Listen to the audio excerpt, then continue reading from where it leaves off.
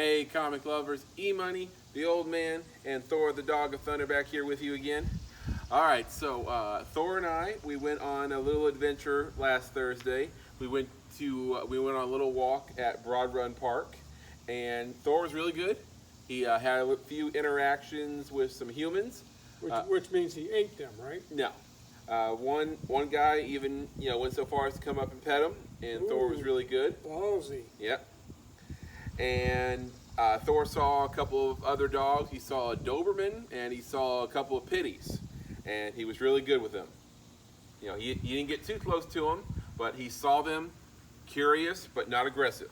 So a lot of great progress for Thor here. Because both of those animals might give him a run for his money. Yep. If See it how came he does to, around a little Chihuahua or something.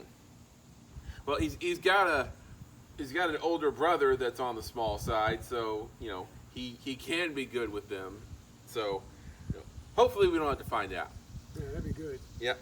All right, so we got comic reviews today. We have a couple of new titles that the old man picked up. We have Marvel Dark Ages, which is a mini series that just got started. We got a new one called Pyrate Queen. Pretty interesting stuff there. So we're going to give you our top three and a couple mentions a little later on. And we're going to have our previews for this week's comics and tell you what we recommend you pick up. All right? The Watcher is always watching. He is, yeah. So he really needs to subscribe. Well, yeah, I mean, he's a creeper by nature, so Yeah. what the hell? Yeah. Might as well. Yeah.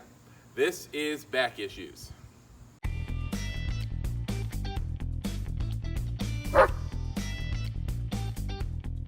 All right, comic lovers. So before we get started today, don't forget to subscribe to our channel, turn on your notifications, give us a thumbs up, and if you like, leave us a comment. Let us know how we're doing, or give us your own review for some of these comics, or you can give us some recommendations. Tell us what we're missing out on. All right, so the way we do this, first we're going to do our mentions for the week. Remember, we don't call them honorable mentions because sometimes we have something. Sometimes they suck. Yeah, sometimes it's like it was a highly anticipated comic that we feel like we should talk about, but in our opinion, they weren't so good. So that's why we don't call them honorable mentions. Also, remember, we do this on a 5-shield rating system. What happens is we each give 2 different scores, one for writing and story and the other one for artwork. And then we take those 4 scores, put them together, and give it an average overall score. We don't compare notes on this until we're both done and ready to go over all the comics this week. So Right. It's not like we're influencing each other. We don't even talk about a book until we give it a score. All right, so first mention, we have... First up, we have from AWA, Telepaths #1. Now, if you remember last week, we had a light week. So I picked a couple of books out to experiment with. And one of them... No, never mind. Never mind. All right.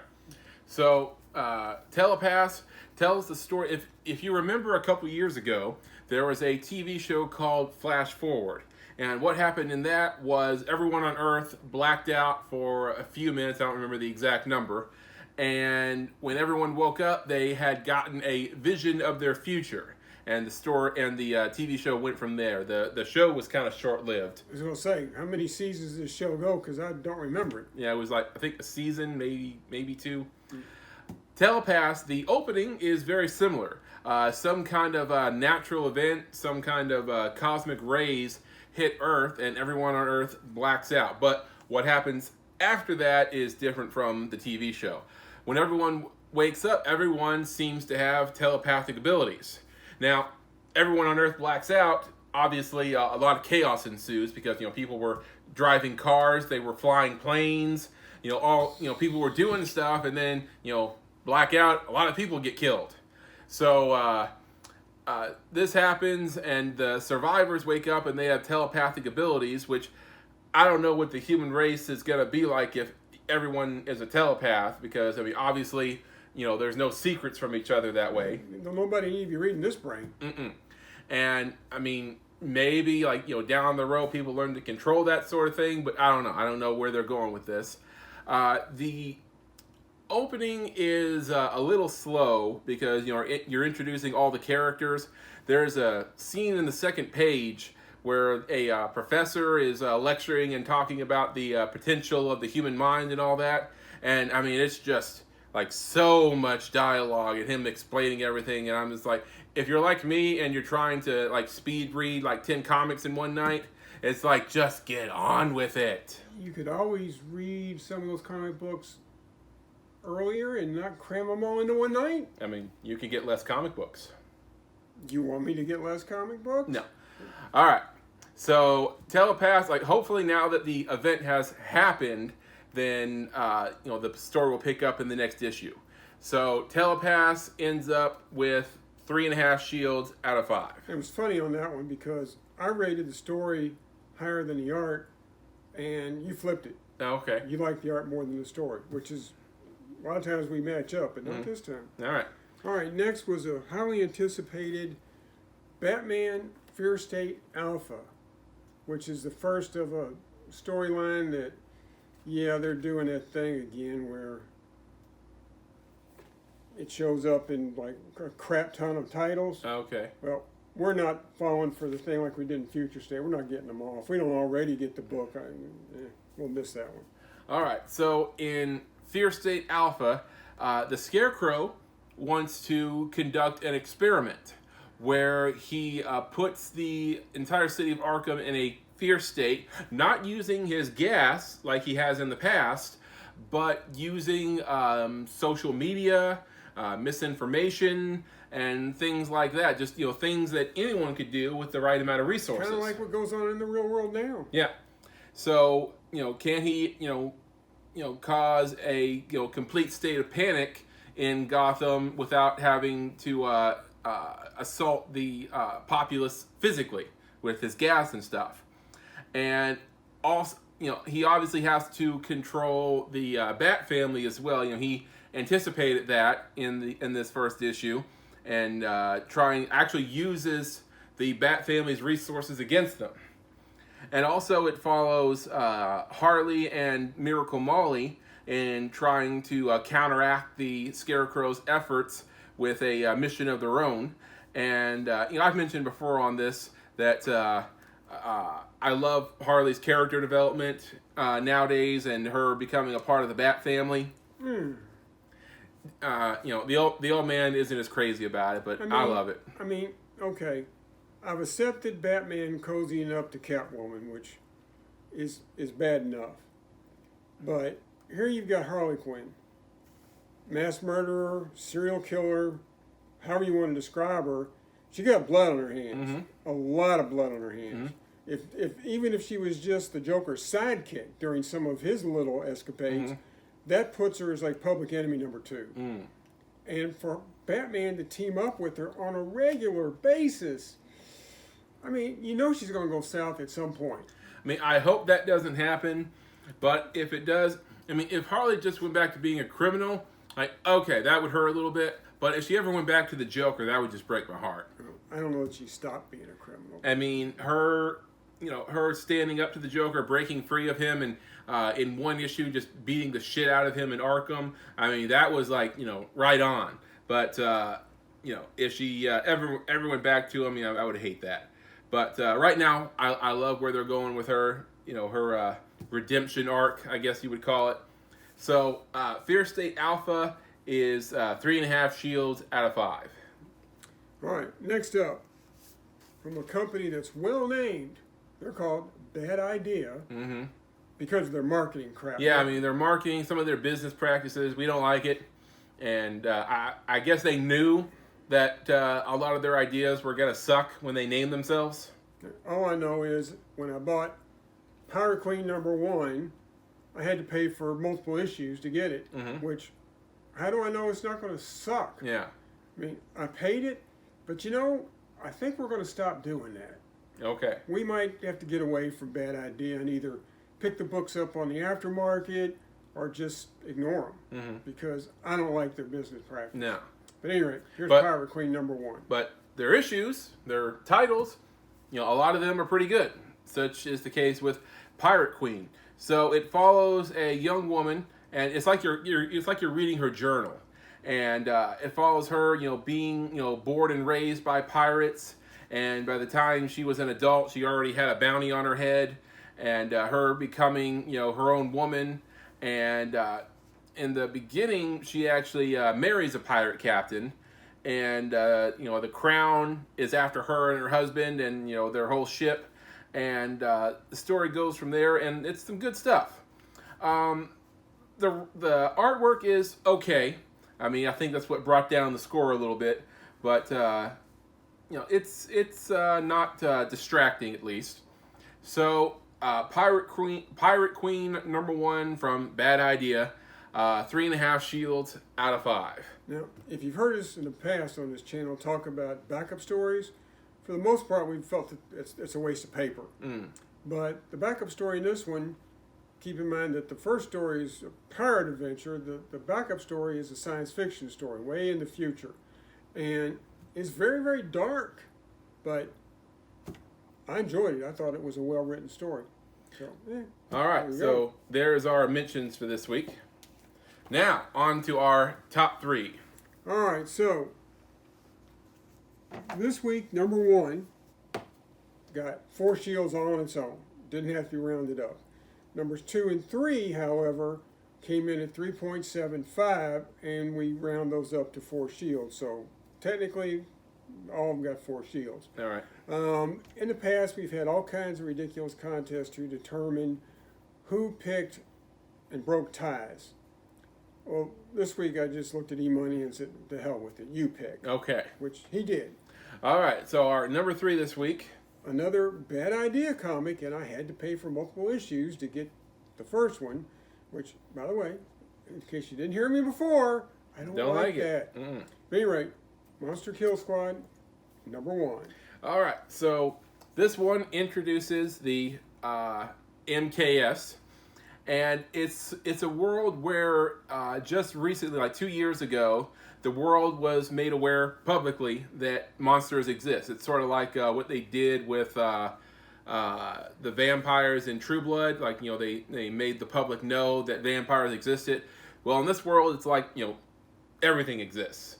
And it's sort of like a government-sanctioned hunters from Supernatural type deal. And the police have these clowns, these supernatural clowns, cornered in a house, I think it was, and they call in the MKS to deal with the problem. They've already lost a couple of... they lost their whole team that went in there. Yeah, I mean, I don't know if it was they were overzealous or they didn't know what they were dealing with.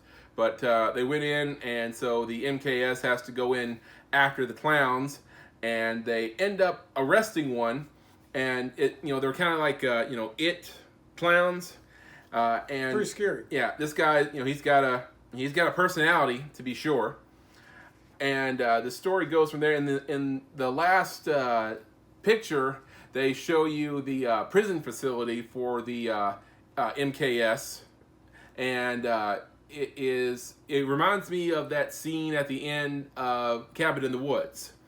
And you look and it's like, okay, no good can come from this, so why are you keeping these things? If you have a way of killing them, then you should do it, my opinion. But no, these people, it's like they're smart in some ways, but they're really stupid in others. Like, I mean, okay, how well do things go in multiple Jurassic Park movies? What is it, like? Three times they try to open a park and or do something with dinosaurs that they shouldn't be messing with. Mm-hmm. Cabin in the Woods, did it end well? Nope. No, it did not. It was a disaster. This is not going to end well. Scientists, listen to me. Don't play with fire or you'll get drowned. I mean, at least in Supernatural Hunters, they don't imprison these things. They kill them. Kill them. Yeah. Kill them. Mm-hmm. So it goes from there, and I would have liked a little more explanation in the first issue, because they tell you that monsters are real and the public knows about them, but they really only show you the one kinds of monsters, the which clowns. Was really cool. I liked it. So I would have liked I guess like a bigger list of what they're dealing with in this world, but future issues, I guess. Yep. And since we've already paid for them, we will read them.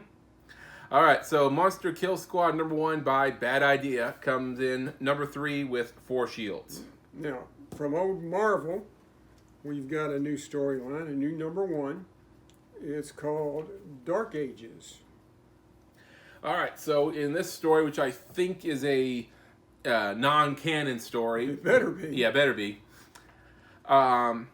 Superheroes, they're going about, their everyday superhero lives, and a event happens where the whole world kind of shakes, and you find out that this creature is awakening, and it's not like Galactus where he was coming to Earth. This thing's already here. But he's been here a long time. Yeah, you find out that this creature, this sort of a living machine, celestial type thing, he has been around for, billions of years before the Earth ever existed, and he fought a creature a deity, a being by the name of the Living Tribunal. For those of you who've been with Marvel for as long as I have, that's a big cosmic level badass. Mm-hmm. So the Living Tribunal defeated this creature, and he imprisoned him in the center of a newly forming world, aka Earth. So the creature finally wakes up and is threatening to destroy Earth, just breaking out of the center of it. And a team of superheroes is sent to the center of the Earth to stop him, and doesn't go as planned. And it's kind of like in Monster Kill Squad when the regular guys go in to fight the clowns. Yeah. Didn't end well for them. Didn't end well for the heroes. So the story kind of kicks off from there after the failed hit squad, and see what happens in the next issue. Some pretty great stuff here. I mean, it's not a feel-good story, but it's interesting at least. And so Dark Ages #1 from Marvel comes in with 4 shields out of 5, our #2. Yeah, #1. This book it's been in the top 3 probably every issue that's come out. We've enjoyed this. The artwork's incredible. They didn't do us like Space Pirates did, where they just tanked the artist all of a sudden. Space Bastards, but yeah. What'd I say? Pirates. No. Space Bastards, which they're kind of like pirates. Yeah. But they're not. But anyway, it's Geiger #6 from Image Comics. All right, so in this one, the Geiger and the kid that he's kind of adopted in the last few issues are breaking out of the facility trying to hold him, and Geiger actually comes up against something that can actually go toe-to-toe with him. It's this military android thing that can take the heat he puts off whenever he goes nuclear. I think he's called Junkyard Joe. Yeah. And so he trades blows with him, and later on we see him have his confrontation with the king, the bratty Joffrey Lannister type guy who's been hounding Geiger from the very beginning. And this actually wraps up Geiger's initial story because it says end in the final page, but also in one page, it's like, 2 guys are sitting around a campfire telling the story of Geiger, and the guy listening to the story is like, that was the end of Geiger then. And the guy's like, oh no, his story is just beginning. So it ends with the warlords, the people running, the different areas of the world, trying to come to a decision about what to do about Geiger, as he's been a consistent thorn in their sides. And one military type person steps forward with a solution, and that's kind of how it ends. Well, it does tease that Junkyard Joe's going to get his own book. But what we're not sure about is Geiger going to continue? Are they going to start it over with the new #1? Or is it just going to continue? We don't know. If you know the answer to that, there's this thing called comments. Make a comment and let us know what you know. All right, so there is our top 3 for this week. Check them out at your local comic book shop. All right, so what do we got going on for this week? All right, you know how I said we kind of had a light week last week? Well, anytime you have a light week, what happens next week? big week. Yeah, you get your teeth kicked in. Okay. Looks like that's what's going to happen next week for us. A lot of books. Now, some that we're kind of looking forward to. We read Not All Robots #1 the last time it came out, which was just a few weeks ago, it seems like. #2 comes out. I'm looking forward to that. One you're really crushing on, Crushing Lobo, comes out. Yeah, joke. And of course, Batman #112. We both like Batman, so. Mm-hmm. But the ones that we're really looking forward to, in my opinion, Daredevil #34. That's been a great story. The Nice House on the Lake #4. I mean, that's been, to me, the surprise hit of the year. And one that I can't believe I'm actually excited about, the Turtles book, The Last Ronin #4. About time. Feels like that's been forever. Yeah, you were asking about that the other day. So. Yeah, I mean, The Last Ronin, Space Bastards. Where are you guys at? Joe, what are you doing? Where's Space Bastards? Come on, Joe. Yeah. And Crossover, another one that I was enjoying, and I haven't seen it in a while. To my knowledge, it's not over. Yeah, what the hell's going on? All right, so there's our previews for this week. Let us know what you think in the comments section. Give us some recommendations. All right, so I have a brand new Stump the Old Man question for you. Well, of course it's brand new. What fun would it be if you used one we already had? Yeah, I mean, sometimes it's hard to come up with these things, so I feel like I'm going to rehash them at some point. All right, let's head back up into the garage with Thor. All right, so back up here in the garage with Thor, and today I have a Stump the Old Man question that is sort of related to a CGC box we're going to be getting very soon. I was expecting you to do a Shang-Chi thing. Oh. We're going to go see the movie. Well, we're probably going to have a review for next week's video, so we can. You're saving that for next week. Yeah. Great. Character I don't know that much about. All right. So my question is: name one of Carol Danvers' alter egos besides Captain Marvel and Miss Marvel. Okay, she had two. Mm-hmm. Seems like one of them had to do with a Shi'ar, but I don't really remember what she called herself, or for a fact that she had something to do with the Shi'ar. So I'm going to go with the one that I know is the right answer, which is binary. That is correct. Where are you going? Hey, buddy. She was binary, first appearing in Uncanny X-Men number 164 in 1982, and also she was Warbird, first appearing in Avengers number 4 in 1998. Okay. What are you doing? It's our neighbor. You know the neighbor. She's a It's friend. okay. Yeah. It's okay. You don't need to protect me. I got this. There's a good boy. All right, so the old man got this one. So you haven't been stumped in a few weeks, have you? No. Yeah.